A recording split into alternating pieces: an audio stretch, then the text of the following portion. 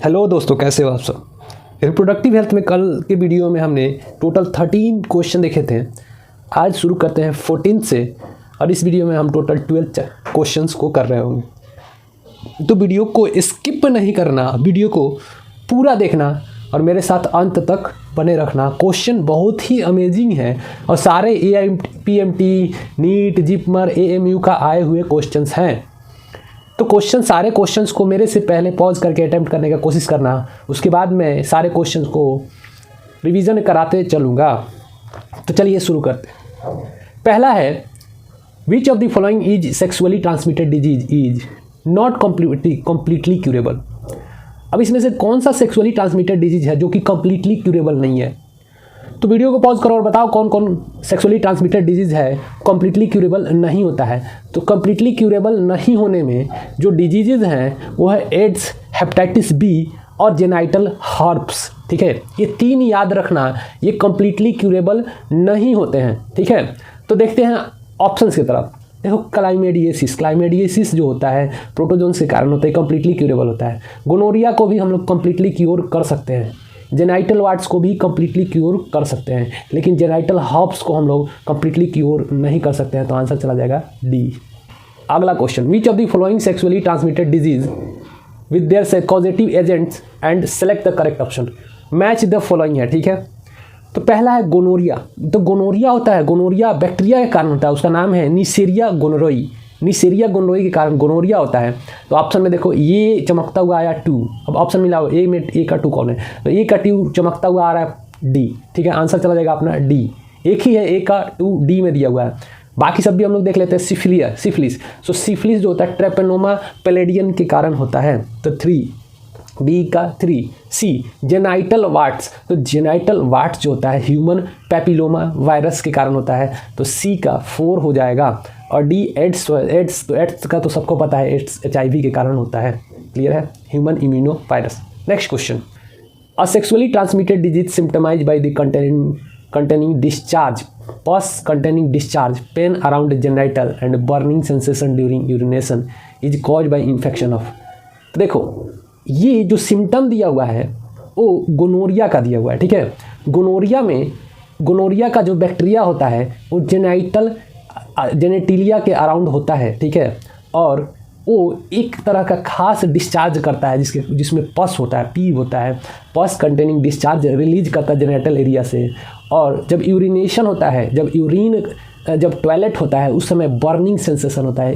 Genital area जहाँ से urine निकल रहा होता है वहाँ से जलने की सेंसेशन होती है कि जल रहा है, उस तरीके का होता है। तो उस गोनोरिया के केस में ये सिम्टम होता है। गोनोरिया किसके कारण होता है, तो ट्रेपेनोमा पैलेडियम के कारण तो गोनोरिया नहीं होता है, सिफिलिस होता है। ठीक है, तो ये ऑप्शन कट गया। नीसेरिया गोनोरोई, देखो गोनोरोई से ही याद रखना गोनोरिया होता है, केवल नीसेरिया भी ऑप्शन में दे देता है तो अपना चला जाएगा आंसर बी। नीसेरिया गोनोरोई के कारण ये सारी सिम्टम हमें देखने को मिलता है। जो डिजीज होता है उसे हम लोग गोनोरिया बोलते हैं। ह्यूमन पैपिलोमा वायरस के कारण तो जो जेनाइटल वार्ट्स होता है, वार्ट्स में क्या होता है, छोटे मांस की तरह लटक जाते हैं जेनाइटल एरिया में। ठीक है, मांस की तो फोड़ा निकलता है और मांस में तब्दील होता है, मांस की तरह होता है, फोड़ा ना होकर वो मांस होता है। ठीक है, हेपेटाइटिस बी जो होता है लीवर को डैमेज करता है, तो ये तो होगा ही नहीं। Next question, which one of the following groups include all sexually transmitted disease. अब इस ग्रुप में बताना है कि सारे सेक्सुअली ट्रांसमिटेड डिजीज है। पहला एड्स, दूसरा सिफिलिस, कोलेरा जो है वो सेक्सुअली ट्रांसमिटेड डिजीज नहीं होता है, तो ये ऑप्शन अपना गया। HIV, तो HIV होता है। मलेरिया, ट्राइकोमोनासिस, मलेरिया जो होता है वो सेक्सुअली ट्रांसमिटेड डिजीज नहीं होता है। गोनोरिया, हेपेटाइटिस बी और क्लाइमेडियसिस, अब ये तीनों जो है वो सेक्सुअली ट्रांसमिटेड डिजीज है। गोनोरिया नीसेरी गोनोरोई के कारण होता है। हेपेटाइटिस बी वायरस के कारण होता है। क्लाइमेडियसिस जो होता है क्लाइमेडिया के कारण होता है, जो कि एक प्रोटोजोन्स है। तो अपना आंसर चला जाएगा सी। चौथा ऑप्शन पढ़ते हैं, हेपेटाइटिस बी, हेमोफीलिया, एड्स। तो हेमोफीलिया जो है जेनेटिकली डिजीज़ है, देन जेनेटिकली ट्रांसमिटेड डिजीज़ है, ये STD नहीं है, तो आंसर चला जाएगा सी। नेक्स्ट क्वेश्चन देखते हैं, which one of the following is correct regarding HIV, hepatitis B, gonorrhoea, trichomoniasis. देखो ये चारों के लिए कौन सा करेक्ट स्टेटमेंट है, ठीक है, वो बताना है। HIV है, हेपेटाइटिस B है, गोनोरिया है, ट्राइकोमोनासिस है। तो देखो HIV जो है एक वायरस है, ये डिजीज नहीं है, ठीक है, एक पैथोजेन है जिसके कारण डिजीज होता है, ह्यूमन इम्यूनो वायरस है।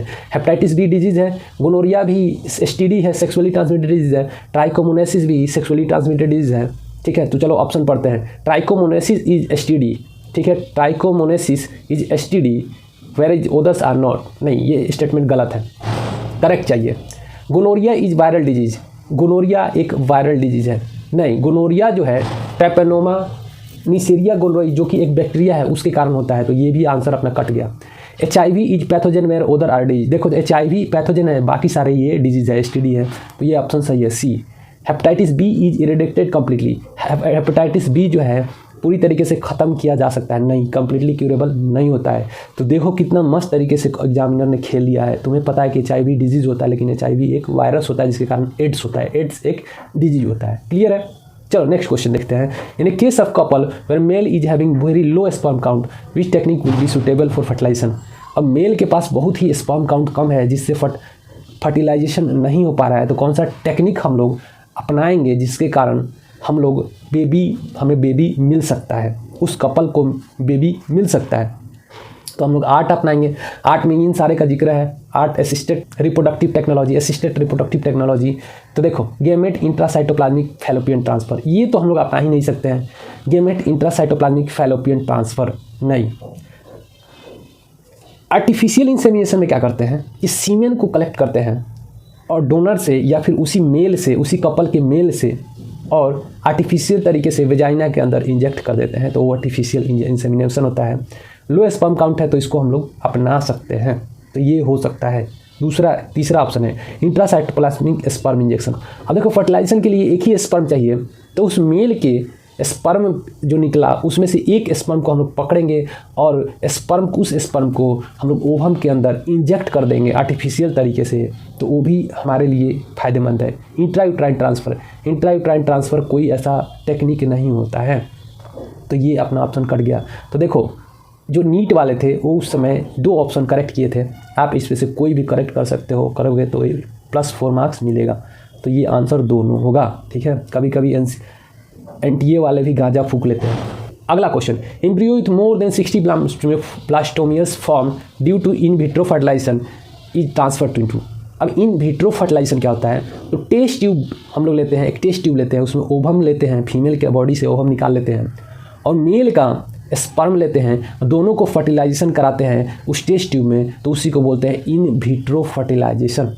इन विवो होता तो शरीर के अंदर, और इन विट्रो मतलब शरीर के बाहर हम लोग फर्टिलाइजेशन करा रहे हैं टेस्ट ट्यूब में, उसको बोलते हैं इन विट्रो फर्टिलाइजेशन। फर्टिलाइजेशन कराने के बाद जो जायगोट बनता है वो डिवाइड करना शुरू होता है, 1 सेल से 2 सेल बनता है, 2 से 4 सेल बनता है, 4 से 8 सेल बनता है, 8 से 16 सेल्स का फॉर्मेशन करता है, जिससे हम लोग उस सेल्स को ब्लास्टोमियर्स बोलते हैं। और जब 16 सेल्स बन चुका होगा, मोर देन 16 सेल से भी अधिक सेल बन चुका होगा, तब उसको हम लोग कहाँ ट्रांसफ़र करेंगे जिससे बेबी का फॉर्मेशन होगा। तो देखो 8 सेल तक है तब हम उसको फैलोपियन ट्यूब में ट्रांसफ़र करते हैं, लेकिन 8 सेल से अधिक हो चुका है, 16 हो चुका है, 32 हो चुका है, उस केस में हम लोग यूट्रस के अंदर ट्रांसफ़र करते हैं, तो आंसर अपना चला जाएगा ये। Next question, a childless couple can be assisted to have a child through the technique called GIFT. अब एक टेक्निक है जिसको हम लोग गिफ्ट बोलते हैं, उससे हम एक चाइल्डलेस कपल को हम लोग चाइल्ड दे सकते हैं। The full form of this technique, gift का फुल फॉर्म बता रहा है। तो गिफ्ट में G होता है गैमेट, और I होता है इंट्रा, और F होता है फैलोपियन, और T होता है transfer. Gamete intra fallopian transfer, इस केस में हम लोग ओवम को फैलोपियन ट्यूब में ट्रांसफ़र करते हैं और स्पर्म को, ओवम और स्पर्म को फैलोपियन ट्यूब में ट्रांसफ़र करते हैं। तो इसका फुल फॉर्म होता है गैमेट इंट्रा फैलोपियन ट्रांसफ़र। देखो पहला ऑप्शन है gamete internal fertilisation and transfer, नहीं गलत है। जॉन सेल इंटरनल फैलोपियन ट्रांसफ़र गलत है। गैमेट इंसेमिनेटेड फैलोपियन ट्रांसफ़र गलत है। गैमेट इंट्रा फैलोपियन ट्रांसफ़र ये सही है, याद रखना इंट्रा होगा यहाँ पे, gamete intra fallopian transfer. Next question है, in vitro fertilisation involve introduction of dash into the uterine endometrium. अब देखो इसमें यूट्रस के अंदर डालने हैं, हमें फैलोपियन ट्यूब के अंदर नहीं डालने हैं। कब, फर्टिलाइजेशन कराने के बाद जायगोट को यूट्रीन के अंदर डालना है, ठीक है। तो कितने एम्ब्रियो विथ कितने ब्लास्टोमियर होने चाहिए, तो 8 से अधिक होनी चाहिए।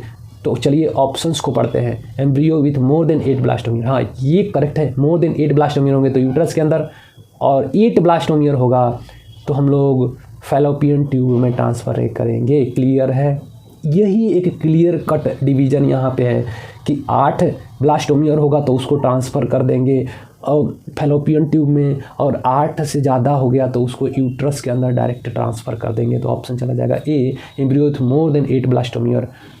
एम्ब्रियो विथ 8 ब्लास्टोमियर नहीं, इसको तो हम लोग फैलोपियन ट्यूब में ट्रांसफ़र करते हैं। Embryo with less than 8 blastomere नहीं, zygote with 8 blastomere, zygote 8 blastomere हो ही नहीं सकता है। एक ही सेल्स को हम लोग जाइगोट बोलते हैं और 2 में डिवाइड हो गया तो एम्ब्रियो हो गया। और क्लियर है। Next question, artificial insemination means. Artificial insemination में हम लोग क्या करते हैं, या तो डोनर से या फिर हस्बैंड से सीमेन कलेक्ट करते हैं, स्पर्म कलेक्ट करते हैं और उसको डायरेक्ट ट्रांसफ़र कर देते हैं वेजाइना के अंदर। तो ऑप्शन पढ़ते हैं, artificial introduction of sperm of healthy donor into the vagina, हाँ ये ऑप्शन करेक्ट है। अगला ऑप्शन है, introduction of sperm of healthy donor directly into the ovary, नहीं ओवरी के अंदर तो नहीं भेजते हैं। Transfer of sperm of healthy donor to the test tube containing ova, ये तो टेस्ट ट्यूब बेबी हो गया, गलत है। Transfer of sperm of husband to the test tube containing ova, ये भी गलत है, टेस्ट ट्यूब बेबी के केस में ही करते हैं। आर्टिफिशियल इंसेमिनेशन के केस में या तो डोनर या फिर हेल्दी, या तो उसके पति या फिर डोनर के स्पर्म को कलेक्ट करते हैं और आर्टिफिशियली इंट्रोड्यूस कर देते हैं वेजाइना के अंदर। क्लियर है। Next question, the test tube baby programme employed which one of the following technique. अब कौन सा टेक्निक से हम लोग टेस्ट ट्यूब बेबी प्रोग्राम को चलाते हैं, तो इंट्रासाइटोप्लाज्मिक स्पर्म इंजेक्शन। स्पर्म को हम लेते हैं और ले जाके कहाँ, फैलोपियन ट्यूब के अंदर जो ओवम होता है उसके अंदर स्पर्म का इंजेक्शन करा देते हैं, तो ये तो होगा नहीं।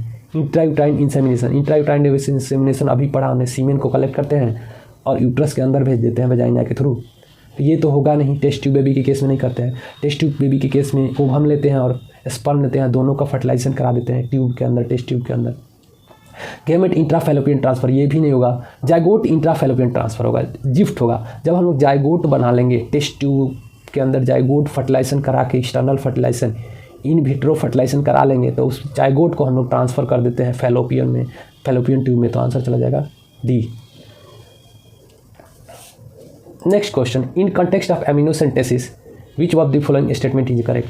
आप देखो एमिनोसेंटेसिस क्या होता है। एमिनोसेंटेसिस जब हमारा एम्ब्रियो बन चुका होता है तो एम्ब्रियो यूट्रस के अंदर लग चुका होता है, तो यूट्रस के चारों अंदर एक फ्लूइड्स भरा होता है, उसको बोलते हैं एमिनियोटिक फ्लूइड, ठीक है। और उस फ्लूइड को हम लोग निकाल के उसमें बेबी का सेल्स होता है, उससे हम लोग एनालिसिस कर सकते हैं उसके सेल्स कैसे डिवाइड कर रहा है, क्या क्या कोई डिफेक्ट है कि नहीं अभी बेबी के अंदर, जेनेटिक डिजीज़ है कि नहीं बेबी के अंदर, उसको पता लगा सकते हैं एमिनियोटिक फ्लूइड के द्वारा। और उसी को बोलते हैं एमिनोसेंटेसिस, जो कि हमारे सरकार ने बैन कर रखा था, क्योंकि इसके थ्रू हम लोग क्रोमोसोम का एनालिसिस करके बेबी का लिंग पता कर सकते हैं, बेबी का लिंग पता ईजिली कर जाएगा, मेल है कि फीमेल है। It can be use to detection of Down syndrome, तो डिटेक्शन ऑफ डाउन सिंड्रोम इससे कर सकते हैं, स्टेटमेंट इनकरेक्ट स्टेटमेंट चाहिए। He can be use for detection of cleft palate, अब क्लेफ्ट फ्लैटे भी एक जेनेटिक डिजीज़ है जिसको हम लोग पता लगा सकते हैं। It is usually done when women is between 14 to 16 week pregnant, हाँ ये करेक्ट है। जब फीमेल का प्रेग्नेंट हुए 14 से 16 वीक हो जाता है तब हम लोग एमिनियोटिक फ्लूइड निकाल के चेक कर सकते हैं, तो ये भी स्टेटमेंट अपना करेक्ट है।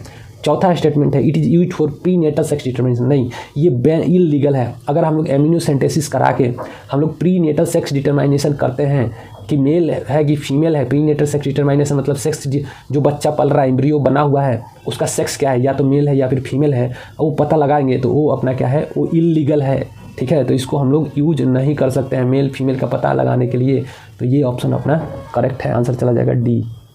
तो ये वीडियो, इस वीडियो में सिर्फ इतना ही। अब आपको कौन से चैप्टर्स के पीवाई की चाहिए आप कमेंट करें और मैं उस पर वीडियो बनाऊंगा आपके लिए, ज़रूर से ज़रूर वीडियो बनाने का कोशिश करूंगा। तो वीडियो को लाइक ज़रूर करें, चैनल को सब्सक्राइब कर ले, बेल आइकन ज़रूर दबाएं।